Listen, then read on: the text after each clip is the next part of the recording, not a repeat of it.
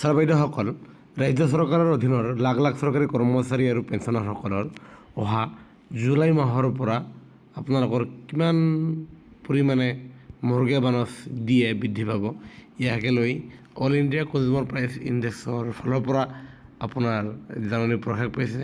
এয়া চাব press release আৰু ইয়াৰ ডেটটো চাব 29/5/2026, একেবাৰে শেহতীয়া খবৰ। আৰু যাৰ ফলত এইবাৰ আপোনালোকৰ যি এপ্ৰিল মাহৰ সূচকাংশ এয়া 0.8% বৃদ্ধি হৈ 149.9 হৈছেগৈ। আৰু এই সূচকাংশ আমি পোনে পোনে দিয়ে বৃদ্ধি কৰা যিটো কেলকুলেটাৰ, এয়া চাব আপোনালোকৰ মে' মাহৰ সূচকাংশ 149.9 দিছোঁ। এয়া দিয়াৰ পিছত এয়া পোনে পোনে হৈছেগৈ 62.99।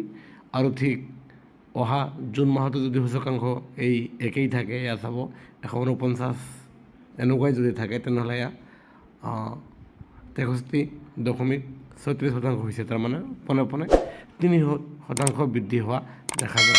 তাৰমানে বৰ্তমান সময়ত আপোনালোকৰ 2% মৰ্গীয়া বানচ বৃদ্ধি হ'ব, যিটো অচিৰেই মাননীয় মুখ্যমন্ত্ৰী মহোদয়ে আপোনালোকে 2% মৰ্গীয়া বানচৰ কথা ঘোষণা কৰিব। আৰু ইয়াৰ পিছতে আপোনাৰ অহা জুলাই মাহৰ পৰা কাৰ্যকৰী হোৱাকৈ যিটো অক্টোবৰত লাভ কৰিব, অক্টোবৰত পুনৰাই আপোনাৰ আকৌ 3% মৰ্গীয়া বানচ বৃদ্ধি পাব।